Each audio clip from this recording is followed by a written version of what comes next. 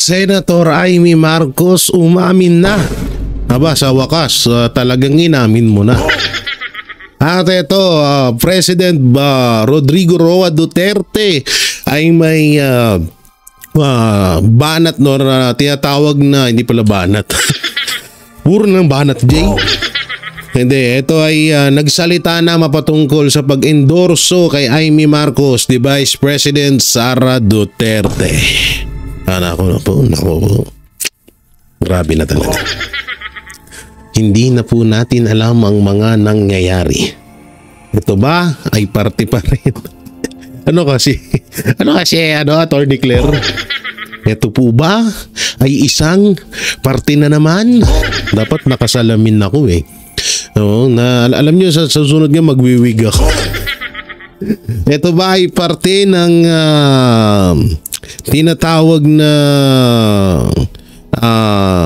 gamitan? Hindi, alam naman natin ang mga Marcos talaga ay mahilig talagang manggamit. Bukod sa di umano ay gumagamit din yung isa. Ang galing, no? Mahilig kang manggamit tapos ang hilig mo rin gumamit. Gumamit ng pulburo. Puro sila ganun eh, no? Hindi kasi ito talagang nagulantang at alam niyo yun, medyo may mga may pabor kay Amy, pero mas madaming hindi pabor kay Amy. Dahil nga simula nung inendorso ni Vice President Sara Duterte etong si Amy Marcos, si Senator Amy Marcos ay bigla nga pong nagulantang ang lahat. At ano na naman ba to? Ito ba ay magpapabudol na naman si Vice President Sara Duterte sa pangalawang pagkakataon, or ito ba ay strategy or may matinding plano si Vice President Sara Duterte? Ito po kasi yan eh. Ang pagkakaalam ho namin ay etong si Amy Marcos po ang lumapit kay Vice President Sara Duterte. Ang kinaganda lang kasi talaga dito kay sa mga Duterte ay sobrang ang bait talaga kasi nila. No? So, at etong pag-endorso ni Vice President Sara Duterte ay hindi naman po ito tawag dito yung parang pilitan. So kung ayaw nyo kay Amy, ako talagang ayaw namin. Pero kung gusto nyo, edi boto nyo. Pero kung ayaw nyo, edi wag nyo iboto. Pero ito nga, may pag-uusapan nga tayo dito na pag-amin ni Amy Marcos na mapatungkol sa para daw aminado daw siya na pinahamak niya si Vice President Sara Duterte. So ito yung re-reaction na natin at yung iba pang mga video dito So siguro simulan natin dito sa eto yung isang balita na kung saan ay Sen Amy umaasang na makakatulong ang kanyang kandidatura ang pag-endorso ni Vice President Sara Duterte. O naman, syempre iba kasi usapan pag Duterte na ho ang talagang nag-endorso sa'yo. Lalong-lalo na si Pangulong Duterte. Pag si Pangulong Duterte ang nag-endorso sa'yo, talagang swak ka, talagang panalo ka at talagang gugustuhin ka kahit hindi ka pa masyadong kilala ng mga Pilipino. Pero pag ang Duterte nag-endorso kasi sa'yo, parang alam niyo yung mga Duterte parang may may tinatawag na sa sobrang laki ng tiwala ng mga Pilipino sa mga Duterte. Kaya kapag inendorso ka ng mga yan, puwera lang kay Amy Marcos disclaimer puwera kay Amy Marcos. Alam mo yung katulad niyan, yung inendorso ni Pangulong Duterte, 10 Duterte senatorial candidate at ayan nga yung naging hiling niya sa atin ng mga Pilipino na sana ihalal ho natin itong mga to, no? So dito ay talagang ang Duterte ay may malaking impact sa mga Pilipino na kapag sinabi niya talagang susundin ng mga Pilipino. So dito kay Amy Marcos, labas siya dun sa mga sinabi ko. Hindi siya kasama sa magiging katiwa-tiwala sa mga iniendorso ng mga Duterte. So ito po, panoorin ho natin. Umaasa si Senator Amy Marcos na makakatulong sa kanyang kandidatura sa muling pagtakbo sa Senado ang pag-endorso sa kanya ni Vice President Sara Duterte sa kabilayan ng mga tensyon sa politika. Kasabay niyan, nilinaw din ni Senadora Amy Marcos na nananatili silang magkaibigan ng pangalawang Pangulo. Si Charmaine Balagon magpabalita. Positibo si Senator Amy Marcos sa kanyang pagharap sa naging selebrasyon ng ika-50 anibersaryo ng Kabataang Barangay sa Marco Polo Hotel, Cebu City nitong Martes, Abril 15. Ito'y matapos opisyal ng kasama si Senator Amy sa mga choices ni Vice President Sara Duterte sa pagkasenador sa nalalapit na midterm election sa buwan ng Mayo. Aminado ito na makakatulong sa kanyang kandidatura ang muling pag-endorso sa kanya ni Vice Presidente. Well, alam naman natin talagang pinakikinggan ng ating Vice President, lalo't andito tayo sa Cebu, sa Mindanao. Malaking bagay talaga ito, malaking tulong. Pero hindi naman yun ang inisip ko. Talagang natutuwa lang ako kasi hindi nagmamaliw ang aming pagiging kaibigan. Sabi ko nga, kami naman ang magkaibigan nung umpisa dahil sa 2019, siya nangampanya para sa amin halos araw-araw. Nangangampanya kami sa lahat ng kasuluk-sulukan and it went on even as DepEd Secretary. We ended up... Kasi alam nyo dito medyo sunog dito si Amy. Kasi yung sa mga interview, siguro sa kanya ganun, talagang totoo naman yun na si Amy talaga ang lumapit kay Vice President Sara Duterte para i-endorso din ni Amy ang kanyang kapatid na si Ngagbers. May bago ka na ng pangalan ng Ngagbers So para makilala ng mga Duterte itong si Marcos Jr. at makonbinsi si Vice President Sara, hindi ko lang alam, sobrang galing manguto nitong mga to. No, grabe sila manguto, no? Talagang alam yun. So yun nga, doon sa pamamagitan yun, kinumbinsin at nakumbinsin naman nila si Vice President Sara Duterte na maging tandem nga nito si Marcos Jr. Si Vice President Sara Duterte, no? Ang ano lang ho dito, sobrang pasensya na, nakakain ko lang. Ang ano ho dito, ang problema nga dito, itinanggi na siya ni Vice President Sara Duterte na hindi niya daw talaga kaibigan. So dito, sunog na naman siya rito. Going to a lot of last mile schools and I was full of admiration for her commitment and hard work. Nilinaw rin ito na ang endorsement na kanyang nakuha ay dahil sa tiwala at matagal na nilang pagkakaibigan. Aminado rin si Senator Amy na tila siya ang nagpahamak kay Inday para sa kung ano ang sinapit ito ngayon. Talagang ikaw talaga nagpahamak. Wala namang ibang wala naman ibang nagpahamak kay pati kasama na yung kapatid mo doon. Hindi lang si Amy. Kasi yun nga hindi alam nyo yung mga ganitong yung mga ganitong salitaan ni Amy Marcos na kesyo parang alam mo yun, parang alam mo pinapalabas niya pa rin na parang alam mo yun, parang nangungonsensya siya. Humihingi pa rin siya ng simpatya na aminin ko na ako nagpahamak kay Sara. Kung hindi dahil sa akin, hindi sana mangyayari ito lahat. Pero anak ng teteng anong magagawa? Kapatid, ikaw yung ate, ikaw yung kapatid, diba? Kung talagang may malasakit ka kay sa mga Duterte, dapat, diba, binibira mo ang kapatid mo. Anak ng teteng, kada sa hearing nga, kada tawag dito, kada mababanggit mo na or patungo ka na sa topic para sa kapatid mo bigla mo nang iniiba yung usapan. At ang masaklap pa dito, yun nga, parang sa totoo pa, natatangahan nga ako dyan sa hearing na yun Tanong sila ng tanong kung sino yung mastermind sa pagpaparesto kay Pangulong Duterte. Alam naman ni Amy Marcos na kapatid niya. Kalokohan, di ba? Kaya dito kay Amy Marcos, lalabuan na rin ako dito. After, palagay ko, Malabo na pala talaga. ako nagpahamak sa kanya eh.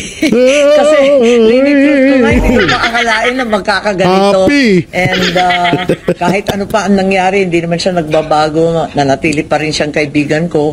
At kilala naman niya ako, kilala ko rin siya. Kilala namin ang isa't isa, hindi ko siya bibiguin, hindi rin niya ako kailanman binibigo. Happy pa siya, no? Ako nagpalak sa kanya. Salamat ako lagi. Sa kabila naman ng tensyon sa pagitan ng pamilya Marcos at Duterte, kung saan nauwi pa nga sa pagsuko kay dating Pangulong Rodrigo Duterte sa International Criminal Court, sinabi ni Amy na patuloy ang kanilang pagkakaibigan at respeto sa isa't isa ni VP Sara. I made it very clear from the very beginning that I would be independent, thinking that something bad would happen. May masama akong kutob eh. Parang I was quite restless and anxious about the campaign, that it would somehow redound into very bitter and unpleasant politics. And true enough, it did become entirely toxic and quite beyond my little nightmare. It became very, very much worse. Hindi ko naman akalain na magiging ganito kalala, na magkakaroon ng impeachment, magkakabulastugan, pati yung budget, pinakialaman, hanggang sa tinangay na nga si dating Presidente Duterte na may sakit na, matanda. Ngayon, ang tanong dyan, Amy, sino dapat sisihin? Ang tanong dyan, sino ang may pakana? Di ba po, yung kapatid nyo ho yung may pakana dyan? Bakit hanggang kayo titikom pa rin yung bibig nyo? Ba't hanggang ngayon parang hindi kayo parang hindi nyo marekta sa kapatid nyo na yung mga, lalo na yung pinag-uusapan nyo sa kada hearing? Anak ng teteng naman, ang hirap sa inyo. Masyado kayong ang galing gumawa ng istorya ng tong taong to, no? Nako, dinala pa kung saan-saan ni hindi man kinilala ang husgado dito sa Pilipinas. Ang laking insulto sa ating magagaling na huwes, sa mahuhusay na abogado. Sa kabilang banda, hindi rin napigil ni Senator Amy na maalala ang sinapit ng kanyang amang si dating Pangulong Ferdinand Marcos Sr. na nahalintulad umano sa sinapit ni dating Pangulong Duterte. Ulol, malayo, hindi ganun yun. yung tatay nyo, pinalayas ng mga Pilipino. Ang nangyari kay Pangulong Duterte ay ibinigay ng isang Pilipino. Ng kapwa niya Pilipino ibinigay. Magkaiba ho yun. Yung kay Marcos, galit ang Pilipino sa kanya nun. Dito kay Pangulong Duterte, mahal siya ng Pilipino. Yun. Parehas. Ulul! Tigilan niyo ako sa mga ganyan nyo. Mga palabas nyo ng walang kwenta. Parehas daw si Marcos Sr. tsaka si Pangulong Duterte sa nangyari. Ulul! Tigilan nyo sa ganyan nyo. Yun din ang hinaing ng tatay ko. My father died of a broken heart because he couldn't come home. He just wanted to be home. And he said he was ready to face any case here in the Philippines. Parang umalingaw-ngaw sa akin. It echoes and re-echoes in my memory. And I don't want this to be repeated again and again. The cycle of revenge and of vindictiveness in Philippine politics has to stop. Sa ibang dako, nag-ikot ang senadora sa palengke ng T. Padilla upang makipagkamustahan sa mga Cebuanong vendor at mga stall owner bilang bahagi ng kanyang campaign schedule sa syudad ng Cebu at upang personal na ring madalaw at makita ang kasalukuyang sitwasyon ng ating mga kababayang market vendor. Matapos naman ang pagpapalabas ng bagong campaign ad ni Senator Amy kung saan kasama si VP Sara, marami sa ating mga kababayan ang nagtatanong kung bakit muling nagtiwala ang bise sa tulad ni Senator Amy na isang Marcos. Sa ngayon, wala pang tugon dyan ang pangalawang Pangulo. Para sa Diyos at sa Pilipinas. Ewan ko ba yan? Hindi, alam nyo, talagang kahit ako nagulat din ako dito sa ginawa ni Vice President. Pero baka ay, kung alam nyo lang ang totoo. Pero syempre, hindi nawawala ang tiwala ko at ang suporta ko sa ating Vice President Sara Duterte dahil nga sa pamamagitan ni Pangulong Duterte din, syempre, 'di ba? So anak niya 'yan. So ganun din naman na nakikita ko na halos parehas lang din naman kung ano yung magagawa ni Pangulong Duterte, kung ano yung nagawa, pwede rin namang mangyari at magagawa din ni Vice President Sara Duterte. Yung kaso dito, alam nyo, sa totoo lang, sorry po pero para sa akin, maling-mali po na i-endorso ng isang Duterte ang isang Marcos. Para sa akin, sarili ko opinion yun, pero hindi natin din masisisi si Vice President Sara Duterte. Baka may plano sila na hindi natin alam, o baka may paano ba? Ang hirap, no? Ang hirap kasi putay na alam niyo yun, yung parang ang nangyari kasi dito, parang lumalabas dito na baliwala na lang ba? Parang lahat ng sinabi ni Vice President na hindi na siya mag-i-endorso ng kahit sino mang Marcos or no to Marcos, siguro din dahil medyo masama din loob niya ng mga panahon na yun. So hindi naman masamang magpatawad. Hindi masamang magpatawad ng mga taong nagkasala sa iyo at alam mong binigay mo din yung totoo sa kanila. Kaso nga lang, syempre, kung nung una pa lang naloko ka na, pinahamak ka na, so dapat hindi mo na ulit gagawin yun. So bahala na, basta siguro masasabi ko na lang dito, alam ni Vice President Sara Duterte kung anong ginagawa niya, no? Alam niya yan. Yun lang ang masasabi ko sa inyo na syempre Duterte 10 Duterte senatorial candidate lang po. Wala na po tayong idadagdag, yun lamang po. Hindi naman porket kasi sabi nga natin, 'di ba? Sabi din naman ni Vice President Sara Duterte, hindi porket inendorso nila, hindi porket inendorso or sikat na politiko na tumatakbo, iboboto natin. Syempre, mamimili tayo ng kung ano yung mas may tutulong sa atin, sa bansa natin. At yun nga, walang iba kundi yung 10 Duterte senatorial candidate. Samantalang ito, pag-usapan naman natin to, no? Ito yung komento ni Pangulong Duterte patungkol dito sa pag-endorse. So panoorin mo natin. Alam na ni dating Pangulong Rodrigo Duterte ang pag-endorso ni Vice President Sara Duterte kay re-electionist Senator Amy Marcos. Ano naman kaya ang naging reaksyon ng dating Pangulo sa kontrobersyal na hakbang na ito? Alamin ang buong detalye sa report ni Anton Cero. No comment lang si dating Pangulong Rodrigo Duterte sa ginawang pag-endorso ni Vice President Sara Duterte kay re-electionist Senator Amy Marcos ayon kay Hanelet Abansenya. Muling nabisita ng mag-inang Hanelet Abansenya at Kitty Duterte si dating Pangulong Rodrigo Duterte sa kanyang detention facility sa International Criminal Court o ICC. Sa kanilang pagdalaw ay binahagi ni Hanelet na nananatiling matatag at maayos ang kalagayan ng dating Pangulo. Patuloyan niya ang kanyang panalangin at pananalig na isang araw makakalabas din siya sa pagkakapiit. Okay na siya. Nag-pray me. And iyon na siya. Kagawas na gudag siya.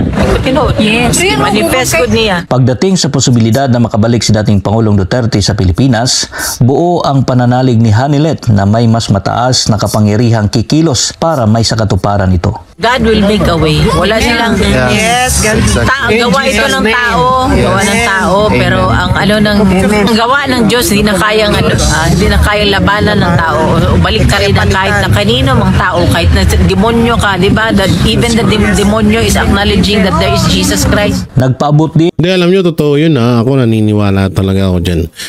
Hindi hahayaan ng ni Allah, hindi hahayaan po ng itaas na pababayaan niya yung taong nag-iisang presidente na ginampanan lamang niya ang tungkulin para sa bansa natin. Naniniwala ako dyan na may babalik sa atin si Pangulong Duterte sa madaling panahon, no? So basta tayo, kahit anong issue ang mangyari, kahit na yan nga katulad niyang kay Amy Marcos na yan, so ang gawin ho natin, doon lang tayo, sumuporta lang tayo sa mga Duterte. At syempre yung hiling ni Pangulong Duterte, kasi kung tayo ay humiling ng kapayapaan at tunay na pagbabago sa bansa natin at kaagad naman ibinigay yon ni Pangulong Duterte sa atin, so karapat dapat naman na suklian na lang natin na kahit sa pagsuporta man lang. At yan nung ihalal ang ini-endorso ni Pangulong Duterte na 10 senator para sa bansa natin, no? So ako naniniwala pa rin ako na talaga malakas ang kutob ko at malakas ang paniniwala ko na may babalik dito si Pangulong Duterte. Ang pasasalamat ang dating Pangulo sa kanyang mga taga-suporta, kasabay ng panawagan na ipagpatuloy ang laban. Sa mga supporters, nagpaabot siya sa pasalamat o kanang padayon daw. Ginainag yun na mabuhay ang Pilipinas, mabuhay ang kabalohan the word mabuhay, di ba? Mabuhay ang Pilipino. Daghang salamat yun. Kabalo siya na every time na naitaw. Samantala, ibinahagi ng mga Pilipino sa Netherlands kay Hanilet ang kanilang mga alalahanin hingil sa posibleng mangyaring dayaan sa darating na halalan sa Mayo 12. Ayon sa kanila, may takot silang muling maganap ang mga hindi pagkakapantay-pantay at pandaraya sa proseso ng pagboto. Gayunpaman, maring itinanggi ni Hanilet na may kakayahan silang manipulahin ang halalan, lalo na kapag ang dami ng boto para sa mga kandidatong iniendorso ni dating Pangulong Duterte ay malaki at overwhelming. Sa kabila ng mga isyong ito, naniniwala si Hanilet na hindi na ito magagapi o magagambala kapag ang boto ng bayan ay tunay at malakas. Kana galing tikas, they can only do so much. I am telling you, they can only do so much. Pag overwhelming gani ang kuan boto, dili na nila makaya. Yes, that's Dili na nila they can only do so much. Nitabo na ito una sa panahon 2016. Na magigto gyapon tikas, pero sa kadako sa diboto sa iya wala gyapon. Kaya muling hinimok ni Hanilet ang publiko na bumoto ng diretsahan sa mga kandidato ng PDP laban. Siyempre, botohan na to. Kailan naman taki sa atong botohan, katong tinuod na tao, tinuod nga magserbisyo. PDP, palihog lang. Samantala, sa pag-endorso naman ni Vice President Sara kay Senator Amy Marcos para sa pagkasenador, sinabi ni Hanilet na alam ito ni dating Pangulong Duterte, ngunit nananatiling tikom ang kanyang bibig sa nasabing isyo. Awareness. Okay. Awareness. Wala siya nag-comment. Sa kanyang personal na pananaw, pinili na lamang ni Hanilet na sarilinin ang kanyang saloobin ukol sa isyong ito. Wala lang to ako itago. Huwag makakita. Mula dito sa The Hague, Netherlands, ito si Anton Cero. No comment. So ibig sabihin ha? Oo, hindi ito tayo ay seryoso, no. Naamin na ako. Ako po'y bading. Joke lang. Kahit po, hindi naman siguro pagsuway kay Pangulong Duterte. Alam niya naman kung gaano natin siya suportahan. Alam niya naman kung gaano natin siya kamahal at ang buong Duterte. Pero kung halimbawa man na si Pangulong Duterte ay parang nagustuhan niya or pabor siya sa pag-endorso ni Vice President Sara Duterte kay Amy Marcos, ako po, pasensya na ho, pero ako po ay susuway na hindi po ako boboto talaga. Ano man ang mangyari ho, hindi po ako boboto kay Amy Marcos. Dahil sobrang grabe po ang ginawa nila sa Pilipinas, no. Yan po lang masasabi ko sa inyo, kasi may mga nababasa akong komento na paano Jay kapag si Tatay Digong na. So kung tsaka palagay ko hindi naman gagawin din ni Pangulong Duterte yun. Hindi niya gagawin yung promise. Kaya nga sabi ko, kung nakapagdesisyon si Vice President Sara Duterte ngayon at ayan nga ipinakita niya na in-endorse niya si Amy Marcos, so baka personal niyang kagustuhan yun, walang nagutos. So yun, basta cancel Marcos, cancel. No to Marcos, no. Yun lang, basta stay tayo, PDP laban, Duterte senatorial candidate, Pastor Apollo Sikibuloy. Yun lang talaga. May explain ko pala sa inyo kung paano bumoto ng talagang mas makakalamang tayo. Okay, game. Dismayado ang isang ekonomista sa kasalukuyang administrasyon dahil wala raw itong ginagawa upang maiangat ang ekonomiya ng bansa. Pinasaringan din ito ang pamamahagi ng ayuda ng gobyerno na wala naman anyang naitutulong kundi gawing palaasa ang mga kababayan natin. Hindi rin daw tugma ang inilabas na ulat ng gobyerno pagdating sa pagbaba ng bilang ng mga walang trabaho at ng mga pamilyang nakaranas ng kagutuman. Si Verhil Parba magpapalita. Walang nagawang bago. Yan ang naging pahayag ng ekonomistang si Dr. Michael Batu sa panayam ng SMNI batay sa kanyang mga naging obserbasyon sa administrasyon ngayon ni Pangulong Bongbong Marcos Jr. Anya, puro lang pamumudmud ng pera o ayuda ang ginagawa ng pamahalaan na hindi naman nakakatulong sa pagpapalago ng ekonomiya. Kung puro ayuda lang din anya ang tinatanggap ng mga Pilipino at hindi umunlad bilang isang productive citizen, ay nagiging palpak ang gobyerno. Now, if households continue to receive assistance from the government, hindi sila gumagraduate dyan, that is a clear demonstration of failure of the government in addressing issues like poverty, issues on the quality of jobs that are being created, and also issues related to prices of basic commodities. The fact na hindi sila gumagraduate sa ayuda, yan ay indikasyon na bigo ang ating gobyerno. Ayon kay Dr. Batu, sa pamumuno lamang ni Marcos Jr. nangyari ang ganitong klaseng estratehiya ng pamamahala. Dahil kung ikukumpara daw sa mga nagdaang administrasyon, halimbawa kay dating Pangulong Gloria Macapagal Arroyo, ay tanging 4-piece lang. Pero ngayon ay nagsulputan na parang kabuti ang mga ginagawang ayuda. Dapat anyang gawin ng pamahalaan ay tutukan ang pag-invest sa human capital. Ibig sabihin, mas bigyang pansin ang pagbibigay training sa mga Pilipino upang mahasa ang kanilang mga kakayahan nang sa ganoon ay hindi maging dependent ang mamamayan sa ayuda ng pamahalaan. Alam nyo ito tungkol sa ekonomiya ng bansa. Paano ba ito mapalakas?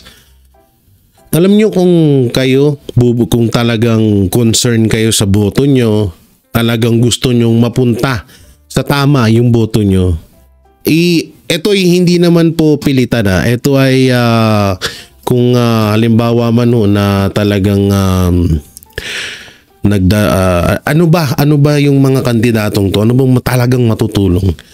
Alam nyo, total, basahin nyo, isa-isahin nyo po yung plataforma na inilalatag ni Pastor Apollo Sikibuloy sa Senado.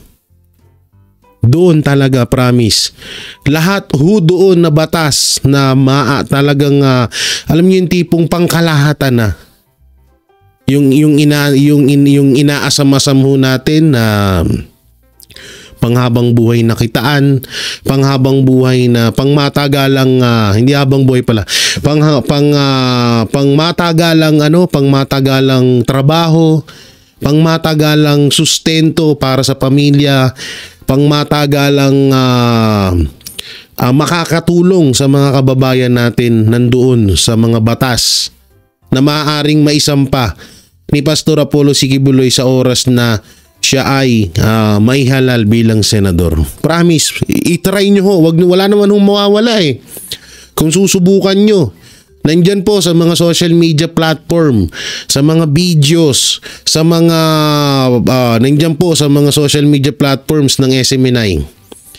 Tignan nyo. Gasino lang siguro na maglaan kayo ng 20 minutes pababa na or mahigit pa kung gusto nyo. Wala naman mawawala.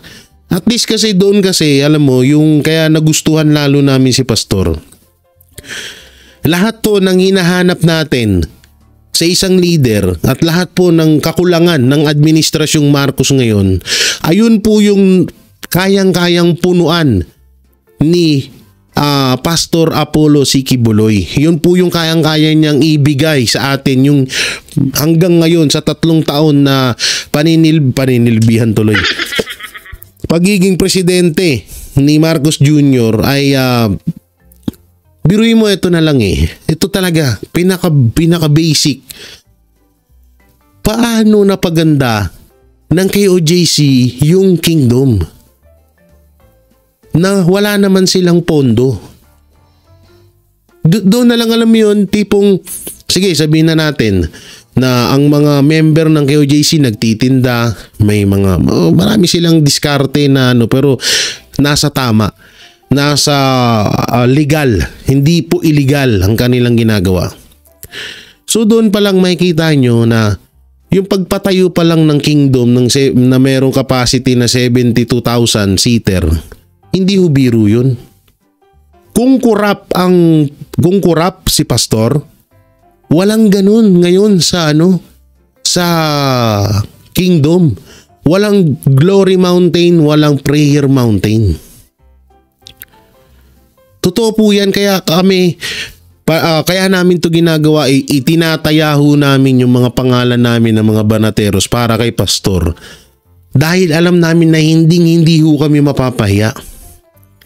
Alam namin na lahat ng pag-iendorso, lahat ng pagsabi ho sa inyo na pagkatiwalaan nyo si pastor, alam namin na hindi kami mapapaya, hindi kami malalaglag sa bangin, hindi katulad ng mga Marcos na talagang nabudol at nilaglag tayo sa bangin. No? Isipin nyo na lang maigi, kahit pagtapos nyong basahin yung mga batas na ipapanukala ni Pastor Apollo C. Quiboloy pag naging senador siya, napakagaganda ho. Tsaka ito na lang, usapang budget ng Pilipinas. Katulad yan, yung about dyan sa Blanco, sa BICAM report na may blank item. 6 trillion po ang pinag-uusapan niyan kung di ako nagkakamali. Alam niyo po ba, yung 6 trillion na yun, napakalaki ng magagawa ho nun para sa Pilipinas. Ayun na ho yung panimula para maging first world country ang bansang Pilipinas. Doon sa mga batas na isasampa na ipapatupad ni Pastor Apollo C. Quiboloy sa Senado, talagang mas makakatulong at maganda po yung impact sa atin. Tsaka ito pa, paulit-ulit po namin sinasabi na yung about sa kaso ni Pastor, yun po ay gawa-gawa lamang. Yun po ay matagal ng dismiss. Kaya nga ho na-dismiss kasi gawa-gawa lang. Wala silang maipakitang ebidensya ngayon. Hanggang ngayon, hindi pa rin nila napapatunayan yung ibinibintang nila kay Pastor. Kasi yung ibang mga Pilipino, ay, rapist yan, masama yan, masama. Pero paano masasabi mong masama si Pastor? Ay unang-una, yung kaso ngang ipinataw sa kanya, hanggang ngayon, hindi pa rin siya hindi pa rin napapatutuhanan. Yung witness nga ayaw na magpakita. Kesyo nag-LBM daw. Sino man lang yung hindi ako nagkakamali, nag-LBM daw. Promise, eto talagang ako nakikiusap sa inyo na pagkatiwalaan natin si Pastor. Kasi isipin nyo na lang kung si Pangulong Duterte pinagkakatiwalaan niya si Pastor at isa niyang matalik na kaibigan. So tayo din, gawin din natin ho yun para kay Pastor, para kay Pangulong Duterte. Na pagkatiwalaan natin si Pastor at isang tabi ho natin. Iisang tabi ho natin yung mga issue na ibinabato kay Pastor. At maliwanag ho na yan ay isang gawa-gawa lamang. Biruin mo, Presidente, sabihin na walang armas, walang nangyaring dahas doon sa KOJC. Doon pa lang po lumalabas na kasinungalingan lamang po lahat ng ibinintang nila kay Pastor. Kaya itong hinahangad natin na magkaroon ng karagdagan na dito sa Pilipinas at inahangad natin na maituloy yung build project na nasimulan ng mga Duterte, na tumaas yung ekonomiya dito sa bansa, dumami yung trabaho. Isa, si Pastor Apollo C. Quiboloy sa magpapatupad niya. Maniwala ho kayo sa amin. Hindi po kami po ay sa totoo lang po, ang hirap po na itaya ang pangalan. Pero kami, sumusugal po kami para kay Pastor, dahil alam mo namin na talagang itong taong to may magagawa at may magagawa to. So tuloy natin. Sa usapin naman ng isyu ng kagutuman at isyu ng mga walang trabahong Pilipino, naguguluhan niya ito sa mga pahayag ng pamahalaan. At ayun pala, dagdag ko lang, no, hindi lang po sa Davao, hindi lang po sa Pilipinas nakatulong si Pastor, kundi pati sa ibang bansa. Biruin niyo yun. Pati sa ibang bansa may ganun na umaabot yung tulong nila yun. Ngayon pa nga lang, isipin nyo maigi. Ito na lang alam nyo naman siguro na naka-freeze ang account ng KOJC. Pero bakit hanggang ngayon tuloy-tuloy pa rin po yung pagtulong nila? Tuloy-tuloy pa rin po yung pag-aaral ng mga kabataan. Nung nakaranga lang, ang daming gumraduate. Tuloy-tuloy pa rin yung mga scholar nila. Alam niyo, napakaganda nun. Hindi mo kailangan ng malaking pera para gumawa ka ng isang proyekto ng makakatulong. Isa yung sabi nga yung 6 trillion na yan na pinag-uusapan sa BICAM report. Ang dami na hong magagawa niya sa Pilipinas. Sa totoo lang talaga. So, kayo po kasi, nasa sa inyo kasi rin yan kung kayo ay magtitiwala ba o hindi. No, pero kung ako po magsasabi sa inyo kaya dapat na ngayon po tayo talagang ngayon po talaga tayo maniwala na ng gusto. Ako na nagsasabi sa inyo, kung masamang tao si Pastor, hindi yan inendorso ni Pangulong Duterte. Ako na nagsasabi sa inyo. Samantalang ito, may buwelta nga po si Attorney Sal Panilo dito kay Amy Marcos, at dito sabi niya ang mag-amang Duterte ay mabait. Kapag nilapitan mo, hindi kanila tatanggihan, sabi ni Attorney Sal. So panoorin mo natin tong kay Attorney Sal. Si Inday Sara naman ay mabait. At marunong siyang kung ano mang tulong na ginawa niya. Tinatanong niya yun. Ganyan, ang magamang yan talagang mabait yan. Pag nilapitan mo yan, hindi makakatanggi sa'yo. Ganon sila kabait. At para sa ating mga current issues, attorney, ito po ang unang balita, unang report.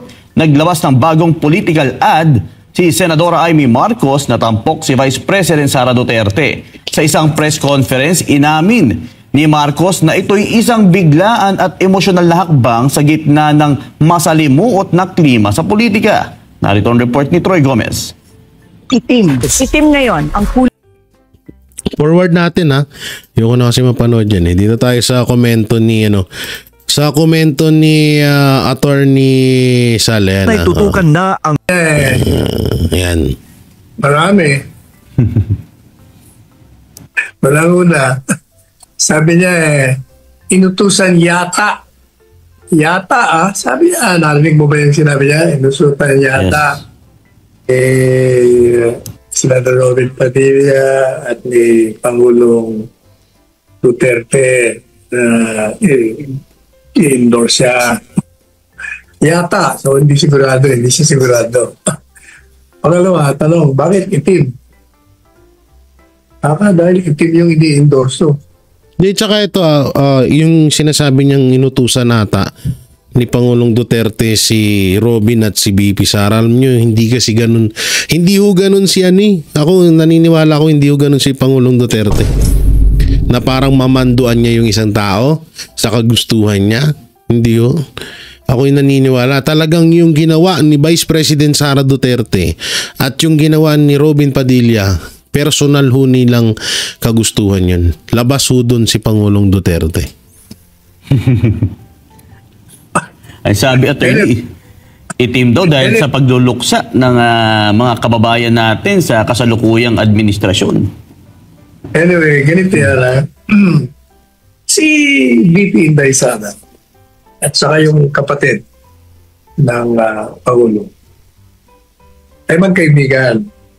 Sangayon sa kanilang dalawa. At ang sabi niya kanina ni kapatid ng Pangulo, biglaan daw, emosyonal, sapagkat daw grabe na nangyayari sa mga Tama, biglaan nga. Emotional kasi, bagsak na siya sa rating. Kaya kailangan niya ng saklolo sa kaibigan niya. O kaya pinakiusapan niya. Si Inday Sara naman ay mabait. At marunong siyang kung ano mang tulong na ginawa niya. Pero ako ito maputol ko lang Pero ako naniniwala ako na si Amy ang may kagustuhan nito. Walang iba. Si Amy ang lumapit sa mga kay Vice President Sara Duterte para i-endorse siya. Yun, number 1 yun sa pinapaniwalaan ko. Malabong-malabo po na si Vice parang kapal nyo naman. Hindi nga kayo mananalo kung hindi dahil sa mga Duterte. Kaya nga ito, naniniwala ako na si Amy Marcos mismo ang lumapit kay Vice President Sara Duterte. At etong hearing, ito ay parang ginamit lamang ni Amy Marcos para mapalapit or tinatawag kahit wala yung hearing na yan. Pag lumapit ka sa mga Duterte, katulad ng ginawa ni Amy Marcos, papayag at papayag sila. No, alam niyo ayan kasi din hirap sa sobrang bait ng mga Duterte at hindi talaga sila name-personal. Kasi kung name-personal sila, kung matatandaan nyo nung mga panahon na naging pangulo si Pangulong Duterte, ang number 1 niyang kalaban noon si Mar Rojas, na nagkakahamunan pa nga silang suntukan noon. Na hindi sila pinatulan ni Pangulong Duterte, di ba? Doon pa lang di ba? Na maraming ibinibintang kay Mar Rojas pero hindi siya pinatulan ni Pangulong Duterte. Kahit nung naupo na siya na nahalal na siya bilang Pangulo ng bansa. Ganun kalupit, ganun kabait at kahaba ng pasensya ang mga Duterte. Kaya ako naniniwala ko dito sa nangyaring to. Amy Marcos ang lumapit kay Vice President Sara Duterte. Tinatanong niya yun. Ganyan, ang magamang yan talagang mabait yan. Pag nilapitan mo yan, hindi makakatangi sa'yo. Ganon sila kabait. Hindi kagaya ko, bad boy ako Mas ayaw ko sa'yo. Talagang ayaw ko sa'yo, pinapakita ko. Hindi pareho lang isang abogado. Dahil daw hindi mo sububutuhan niya. Talagang teka muna, hindi pa ako tapos. Talagang mga sip-sip Ganito yan. Sapagkat kaibigan, natural lamang kung anong pinakiusap gagawin. Pero, ito ang dyan. Tayo, na mga botante, dahil ako, sinadibdib ko yung sinabi ni VP Inday Sara. Nung siya'y nasa Hong Kong, nasa likuran niya yung mga kandidato, at sinabi niya na hindi siya mag-i-endorso. Hindi dahil sa ayaw niya. Kundi gusto niya talagang bigyan ng giya, ng maliwanag na giya, ng isang panukatan. Tayong mga botante na siyang magiging pundasyon natin sa pagpili natin sa mga kandidato. Kaya sabi niya, hindi porket ako Duterte o hindi porket ang isang kandidato Duterte, mabutuhan na agad natin. Hindi po pwede. Sabi niya, kailangan suriin natin. Hindi pa yun ang palagi kong sinasabi, suriin. Yes. At sabi niya, ano yung mga standard ko? Sabi niya, number 1, tingnan mo yung background ng kandidato. Kung ito'y dati ng opisyal, ano ba ang ginawa nito? Yung bang mga pinakangko niya ay ginawa niya. Yung mga campaign promises niya. Nung siya ba'y nakaupo, malinis siya. Hindi ba siya namantsahan? Dahil maraming kandidatong namantsahan, No, marami talaga. Nandiyan si Lito Lapid, si Manny Pacquiao, si Balimbing, si Tolentino. Nandiyan din si eto, wala pang nagagawa pero sinusukan na. Nandiyan din si Abalos. Kaya nga yun nga din kaya ako nagets ko naman din si Vice President Sara Duterte. Kaya yun nga, paulit-ulit namin sinasabi na kayo pa rin ang uhusga, kayo pa rin ang boboto. No? So kung kahit na ipinromote yan or inendorso ni Vice President Sara Duterte si Amy Marcos, nasa atin pa rin ang desisyon nun. No? So siya, yun nga, kagaya ng sinabi ni Atty. Sal, mabait ang mga Duterte. Pag lumapit ka, hindi ka nila hihindihan. So baka yun din talaga ang nag-push kay Vice President Sara Duterte. Tsaka ito dito ko rin nakita na mas masarap na ganti sa mga kumaaway or galit sa'yo at tumatraidor sa'yo yung kabaitan. Promise yan. Dito to, mas masarap pa rin yung ganting ganun. Nakatulad nito, alam naman natin na pinahamak ni Amy Marcos si Vice President Sara Duterte. Alam naman natin na ginagamit lang ni Amy Marcos itong mga Duterte para manalo siya bilang senador. So, alam ko rin na alam ni Vice President Sara Duterte yun at lalo na ni Pangulong Duterte. Pero nga, ang ano nga doon ay kahit na tinarantado mo ang mga Duterte ay hindi kanila babalikan para makipaglabanan sa'yo. Depende na lang kapag kurap ka talaga. Pag ikaw ay katarantaduhan na kagaya ni Marcos Jr. yung ginagawa sa bayan, yun talagang makakalaban mo sila. Pero yung katod naman ni Amy na may pagka-plastic nga at pagiging traidor, so lumapit siya sa mga Duterte kaya inendorso siya ni Vice President Sara Duterte. Pero tayo pa rin na magdidesisyon. Una-una, bakit pa natin po problemahin si Amy Marcos ay may 10 Duterte senatorial candidate tayo. Kagaya niyan, katulad ng sinabi kanina, mas malakas po ang tsansa na makapasok lahat ng 10 Duterte senatorial candidate kung sila lang ang iboboto natin. Wag na ho tayo magdagdag pa ng 2. Yung 10 na yan, i-straight natin yan, okay na, wag na ho nating dagdagan na maging 12 pa. Alam nyo, mas maganda at napakabisang impact po noon na mas maihahalal po natin ang 10 Duterte senatorial candidate. Yun po yun at kahit sa mga vlog nila Banat by Boss Dada, mapapanood nyo po yung explanation yan. So tuloy natin ito sinasabi ni Atty. Sal. Baka magalit sa atin ito, baka sabihin niya, teka muna, di pa ako tapos. Okay, panahon natin. Maraming kandidato na dating nasa gobyerno pero tinanggal dahil sa katiwalian, dahil sa kapalpakan. Maraming kandidato na kaya tinanggal ay incompetent. Tama. Yun ang unang giya binigay sa atin. Pangalawa, sabi niya, kailangan tingnan mo yung integridad. Kung si Pastor Kibuloy, wala agad tayong problema. Tanungin, may integridad ba yan? Alam na natin may integridad dyan. At pinakita niya na ang buong tao ng kanyang pagsisilbi sa ngalan ni Jesucristo. Ang pagtulong sa kapwa, ang pagpuksa sa terorismo, ang pagtulong sa mga indigenous people, lahat. Pinakita niya lahat yun. Integridad niya intact at hindi totoo yung mga kasinungalingan na ikinalat sa kanya. Walang problema doon. Pero yung mga kandidato, lahat na kandidato, hindi lang sa grupo ng ganito o grupo ng gano'n, lahat sila kailangan pag-aralan natin ang kanilang mga integridad. Halimbawa, may isang kandidato, pero nung nasa gobyerno, nakabili lang isang island. Ang daming pera. Parang kilala ko yun Isang kandidato na nakabili ng isang island. Ito may chismis may isang congressman Nadagdagan ng 2 resort ang business. Ay grabe daw yung resort na yun.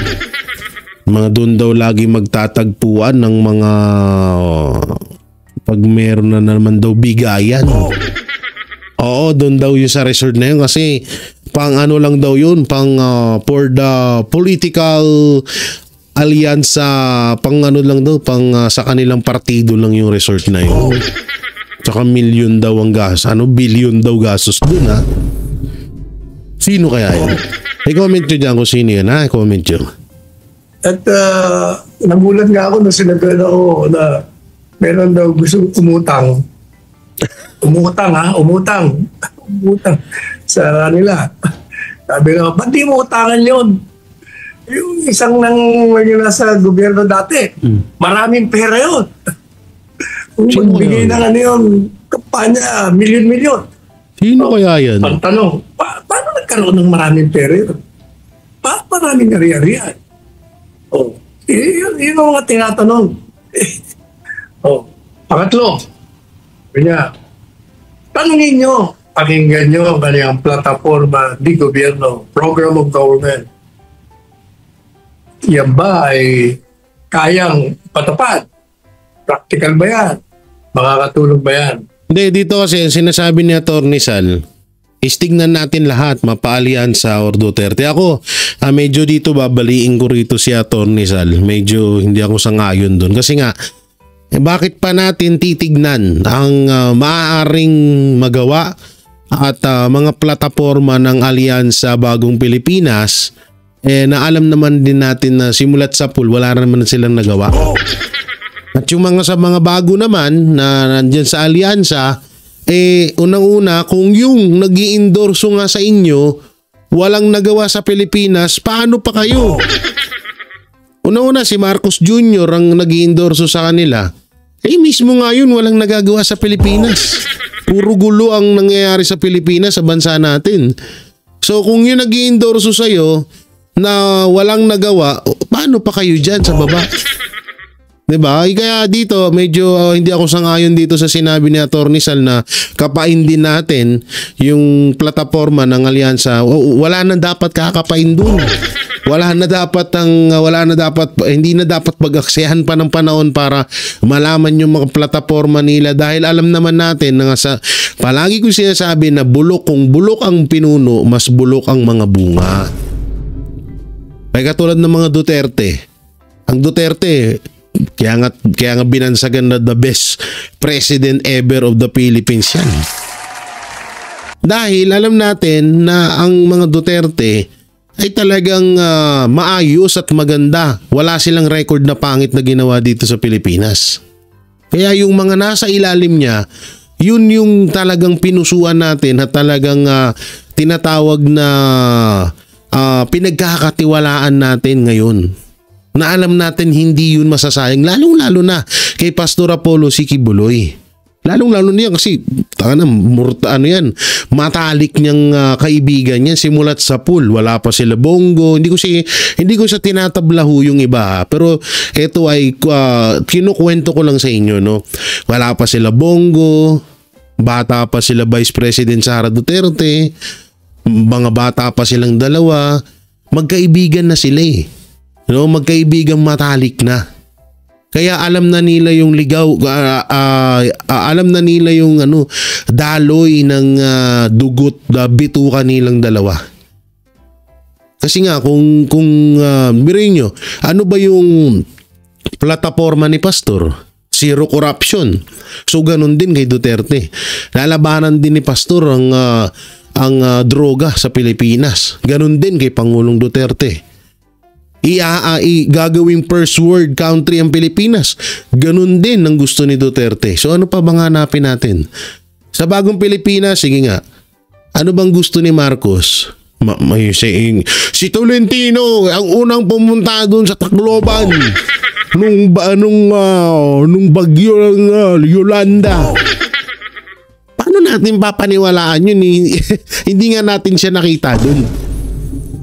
Diba? At paano natin papaniwalaan si Marcos? Naku, ultimo nga siya. Siya na nga yung presidente ng Pilipinas, number 1 leader ng bansang Pilipinas. Wala siyang nagagawa sa Pilipinas natin. Ba't pa natin pagkakatiwalaan yung mga nasa baba niyan?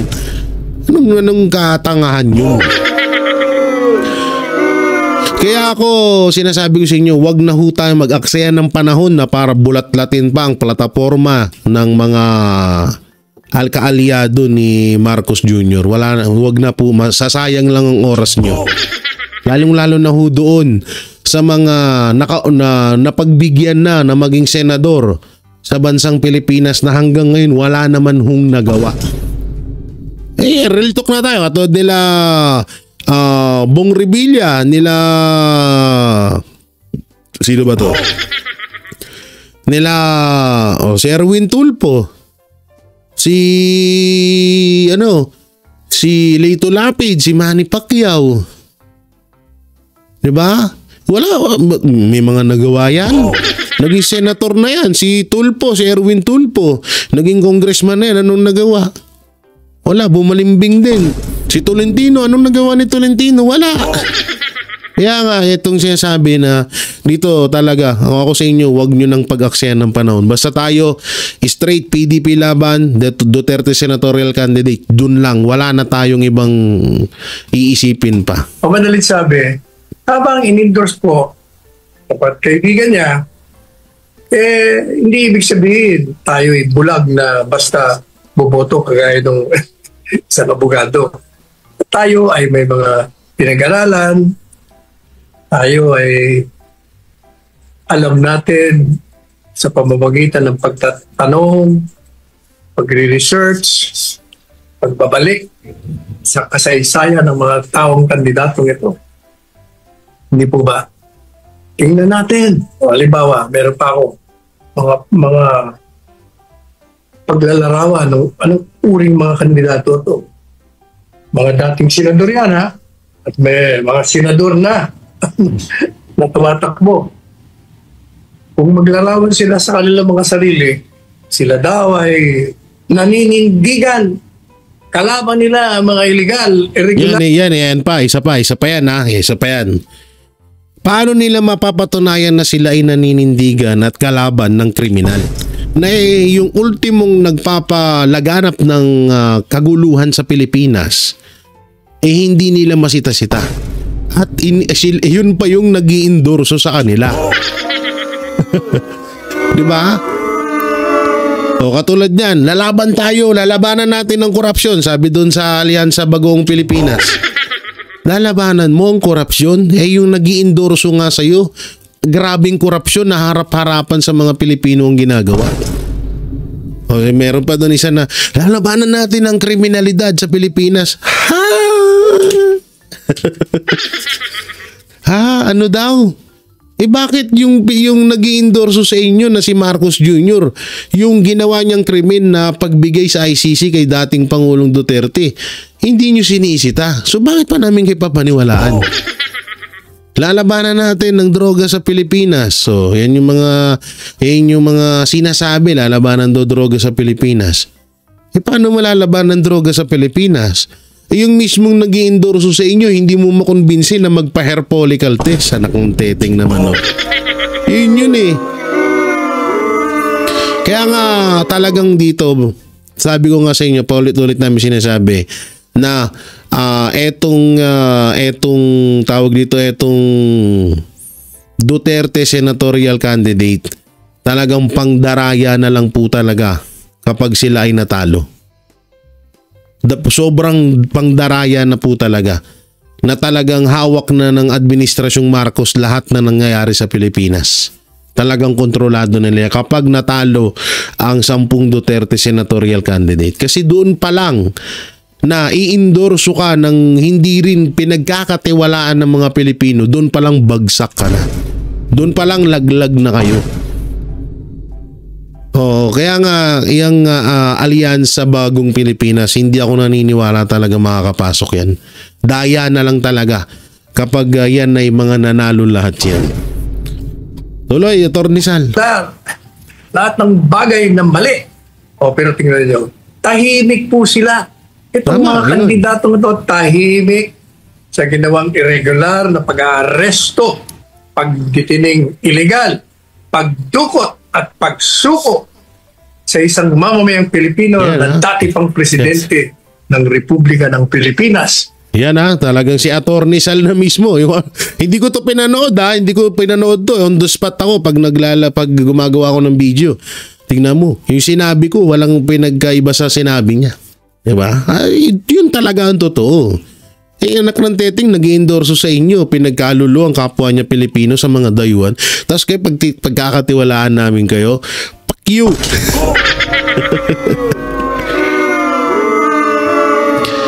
Oh, yan na. Oh, liwa-liwanag nun ha. Attorney Sal, yan ha. So, maraming salamat. So, kayo ba mga banateros, mga kabiyaya, anong makukomento nyo sa mga napag-usapan natin? Una, ulitin ko, isang tabi na ho natin ng issue,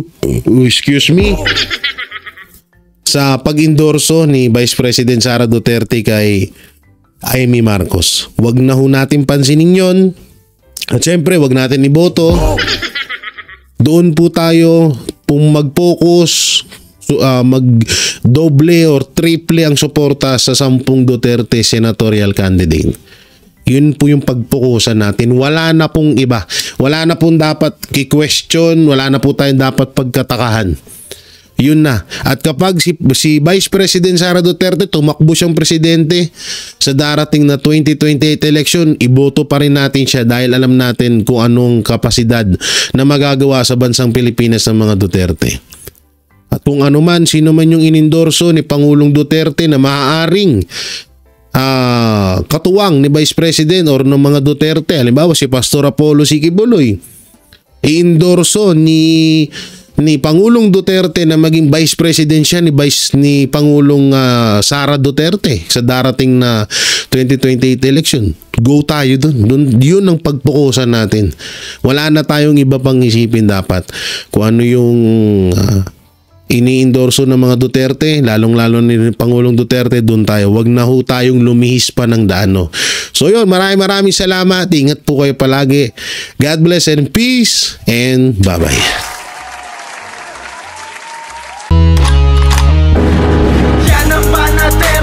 Walang inuurungan. Pag tama palakpakan, pag mali ay babanatan. Yan ang banateros, boses ng ordinaryong Pilipino. Banateros ay walang makakaawan. Walang inuurungan, banateros ay tinutulungan.